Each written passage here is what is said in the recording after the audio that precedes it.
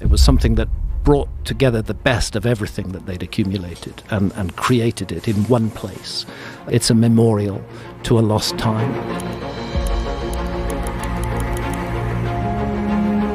I think that what we're looking at in that whole area is the outcome of contact with an earlier, largely lost civilization. Beneath Russia's frozen earth lies a prehistoric labyrinth that should not exist. The tunnels are impossibly precise, carved long before any known civilization. Within the Kabardino-Balkaria Republic of the Russian Federation lies a place of towering mountains and wild, untamed wilderness. Every scan reveals structures far older than history itself, with no explanation of who built them or why. The deeper scientists go, the more disturbing the discoveries become. The reason behind it all is truly terrifying. The Forbidden Mountains of Mystery. Locals in Kabardino-Balkaria whisper that something is deeply wrong with Karahora Mountain. They say parts of the land are cursed, birds refuse to sing, animals bolt in panic, and livestock brought too close go wild. Compasses spin wildly instead of pointing north. Even GPS systems fail. No one can explain why. This remote peak in Russia's North Caucasus has carried a reputation of fear for generations, and the stories surrounding it have only grown darker with time. According to oral traditions, there are ancient stone doors hidden in the mountains. These doors are believed to lead into deep underground tunnels. Some of these tunnels are said to stretch for miles beneath the earth. The stories describe entire underground cities, long forgotten and sealed shut by unknown forces. Some people believe these places were not made by humans at all. To some, these discoveries suggest that Karahora is not just a mountain, but the remains of something far larger, possibly an ancient megastructure hidden beneath the rock. There are also warnings about travelers who entered these areas and were never seen again. These disappearances are unexplained, and no evidence is ever found. Others say they have heard strange noises coming from under the ground. These sounds are described as low-pitched and mechanical. They occur in patterns and repeat over time, almost like the sound of a machine operating underground. Whether these noises have ever been reliably recorded remains unconfirmed, but the stories persist. During the Soviet era, research teams were sent to the area to investigate some of these claims. These teams were made up of trained geologists and scientists who were interested in the unusual terrain and possible mineral deposits. They discovered a number of strange physical features. One of the most puzzling findings was a series of large, symmetrical depressions in the land. These depressions appeared to be too regular in shape to be natural. They also recorded strong magnetic disturbances, similar to those reported by locals. These findings were carefully documented, but after a short period of research, the teams were pulled out of the area. No official explanation was ever given. Planned infrastructure projects, such as military roads leading to the mountain, were quietly canceled without explanation. Today, getting close to Karahora Mountain is still very difficult. The terrain is hard to navigate, the paths are not maintained, and government restrictions make travel even harder. Some people believe this is intentional and that someone wants to keep people away from the area. But in 2011, one man would defy the legends and descend into something no human was ever meant to find. The man who followed the legends. Among the many stories surrounding Karahora Mountain, one of the most persistent is the account of a man named Arur Yemukov. According to several speculative sources and local retellings, Yemukov was not a typical adventurer. He is described as a trained speleologist, a scientist who studies caves, who also happened to be of Balkar descent. The Caucasus was his homeland, and he reportedly devoted his life to both its unique geography and its folklore. Unlike outsiders who dismissed the old Balkar and Karachay legends as simple myths, Yemukov is said to have taken them seriously. He believed that behind the tales of stone doors, hidden chambers, and underground cities lay kernels of truth that modern science had overlooked. These claims hold that Yemukov became particularly fascinated by myths of strange tunnels and sealed passageways beneath Karahora. His curiosity grew when he allegedly encountered declassified Soviet military maps. These maps, according to the story, marked parts of the mountain as restricted or dangerous, yet gave no explanation why. Intrigued, Yemukov began comparing these maps with modern satellite imagery.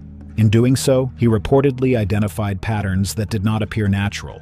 Some images seemed to show long, parallel lines along the mountainside, almost like buried corridors. Others revealed faint geometric forms, rectangles, and even near-perfect circles that appeared etched into the terrain. Still others suggested depressions so regular in shape they looked more like collapsed chambers than natural erosion. Taken together, these anomalies, along with the oral traditions of his people, led Jemukov to a radical suspicion that Karahora Mountain might not be entirely natural at all. Some who have repeated his story claim he privately wondered whether the mountain concealed a vast artificial structure, what today would be described as a prehistoric megastructure. According to locals, Jemukov allegedly organized a small expedition in 2011 to follow up on these suspicions.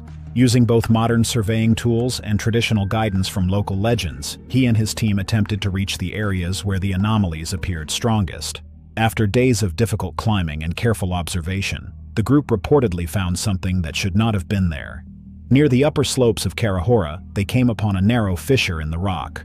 No records had ever indicated caves or sinkholes in that area, making the opening all the more puzzling.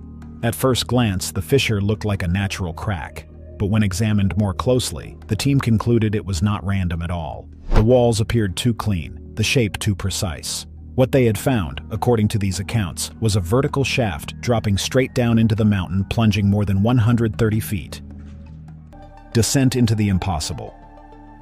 After securing their gear and setting up a controlled descent system, the team began rappelling into the vertical shaft. As they went down, they noticed that the walls were unnaturally smooth, and the shaft kept the same uniform shape the entire way, showing no signs of being formed by natural forces. When they finally reached the bottom of the shaft, they entered a large underground chamber. What they found there was unlike anything they had ever seen before. It did not look like a natural cave, and it did not resemble any known ancient structure. The space was enormous, with a ceiling that stood more than 60 feet high. However, what stood out most was the shape of the chamber. Everything was geometric and controlled. The walls formed perfect right angles. The floor and ceiling were completely flat.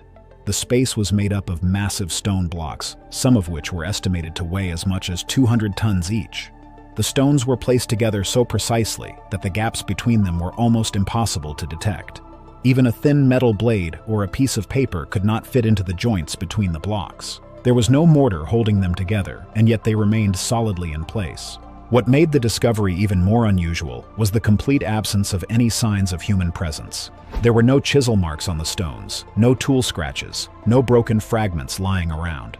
There was no evidence that the blocks had been cut, shaped, or moved by any known manual methods. There was also no nearby quarry or source of the stone, making it unclear how these blocks could have even been transported, let alone placed so precisely deep inside a mountain. The team also found nothing that suggested cultural activity. There was no soot from torches or lamps, which would normally be expected in a place this dark. They saw no evidence of rituals, no offerings, no skeletal remains, and no artwork or carvings. Likewise, there were no symbols, paintings, or even graffiti on the walls.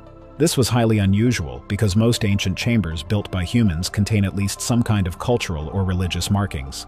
Even tombs and ceremonial rooms in forgotten ruins usually contain at least a few items left behind. But this space contained absolutely nothing. The complete absence of any identifiable trace seemed deliberate, as if someone had gone to great lengths to make sure the origin of the structure would never be known. For the team, this raised disturbing questions. Who could have built something like this, and why would they erase every sign of their presence? That question became even more unsettling when they recalled that Karahora Mountain and the Caucasus as a whole had once drawn intense interest from the Nazis, a regime willing to spill endless blood in their attempt to seize control of whatever secrets these mountains might be hiding. The Nazi obsession with the Caucasus. During World War II, the Caucasus Mountains became an important target for both strategic and symbolic reasons. This remote and rugged region briefly drew global attention in 1942 during a military campaign known as Operation Edelweiss. As part of this operation, Nazi Germany sent a large force into the Caucasus to try to seize control of the oil fields in the region. These oil fields were seen as a critical resource that could fuel the German war machine. However, historical records and personal testimonies suggest that the Nazis may have had another goal that went beyond natural resources. Alongside the military units, there were also members of a lesser-known group traveling with the Germans. These were researchers and agents from the Ahnenerbe, a secret organization founded by Heinrich Himmler. The Ahnenerbe was officially described as a scientific and historical research institute, but in reality, it was focused on unorthodox topics. Their work centered on the study of ancient civilizations, racial myths, and esoteric theories. Some of their projects involved searching for evidence of long-lost cultures, such as Atlantis, and they were particularly interested in legends about underground worlds like Shambhala and Agartha. These inner worlds were believed by some to be real places, possibly hidden deep beneath the Earth's surface. The Ahnenerbe believed that such places might hold powerful secrets or forgotten technologies. They thought these hidden realms could be connected to what they called the Atlantean bloodline, an idea suggesting that a highly advanced race once existed and may have left behind traces of their knowledge. Unconfirmed reports suggest that Nazi scouts made it as far as the lower areas around Karahora Mountain. It is believed that they conducted a limited survey of the region and took notes and measurements. In 1978, decades after the war, a local hiker exploring a remote section of the mountain found something unusual. He discovered a weathered stone with a strange carving on its surface. Though the symbol was